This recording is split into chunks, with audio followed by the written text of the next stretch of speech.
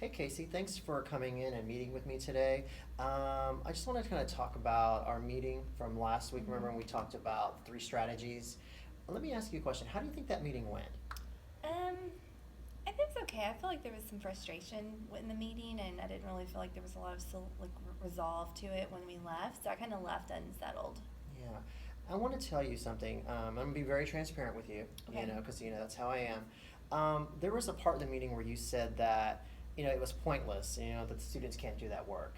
And I have to tell you, I was kind of taken aback, and I Mhm. kind of looked around the room, and some of the other teachers were kind of like shocked because we know your demeanor, we know you're great with your kids. Tell me where that was coming from. Right. So I think at that point I was just really frustrated. I have a really high class this year. I have 30 kids. And so while the majority of them can do and will do, it's just that 10% that won't, and that's the 10% that I lose sleep over at night. And so when I can't get them to learn and can't get them to want to do it, I just want to give up on them, and I don't feel like it's worth my time because I'm losing the time I could be spending with the majority of my class that do want to be there. Right. So what I'm hearing you're saying is there's a lot of frustration reaching that 10%. Yeah. And sometimes as teachers, we focus on the big picture and we kind of we forget about those little details, and that 10% can make a huge impact on our test scores. Wouldn't you agree?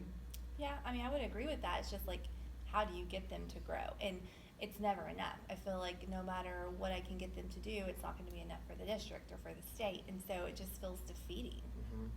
I think what we can think about trying is, let's not focus on the district. Let's not focus on the campus. Let's focus just on your classroom. And then let's just focus on that 10%.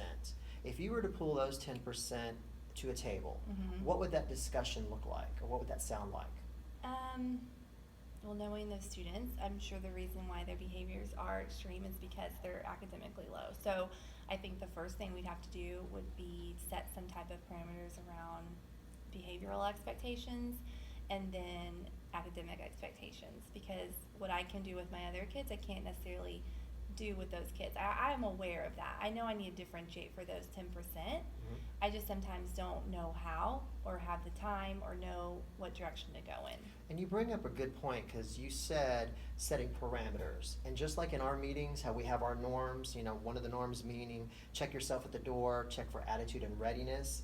Do you think that that's a norm that you could establish with that 10% at the tables? I do actually, and I think it probably would be beneficial if they had a voice in that too, my Absolutely. students, and then they could help create that norm or those respect agreements, and then maybe from there, I wouldn't feel so defeated because they would be more committed to wanting to grow, as I am committed to wanting them to grow. So it sounds like you want to take an aspect of our meeting, making norms, but you want to make norms for that group. And Yeah, it's going I to think be that would be a great idea. a collaborative effort, I would assume, right? For sure, I think that would be best because I know that I really appreciated you giving us that voice in our meeting. Absolutely. So let's talk about, we're going to shift a little bit here. So Okay. now that we understand your frustration, we understand that there's a plan in place to kind of help reach that 10%.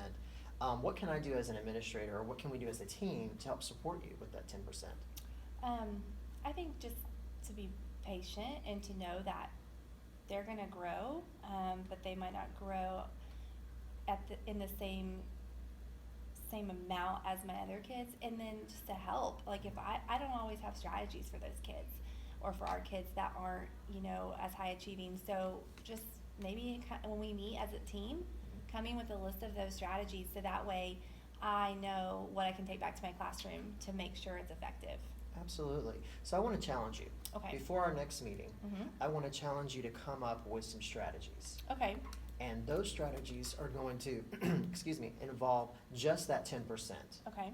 Okay, because again, we're narrowing our focus to that 10%. And I'm going to meet with you on, let's say, Monday during conference time. Yeah, that works. And we're going to discuss those strategies. Okay. And then we're going to put them into place. Okay. And then by the time we meet again as a team, you've already had the ability to see if those strategies are working for your students. And it would be a great idea for you to share that information with the team. Okay. That sounds great. All Thanks, right, Mike. look forward to it. All right, me too.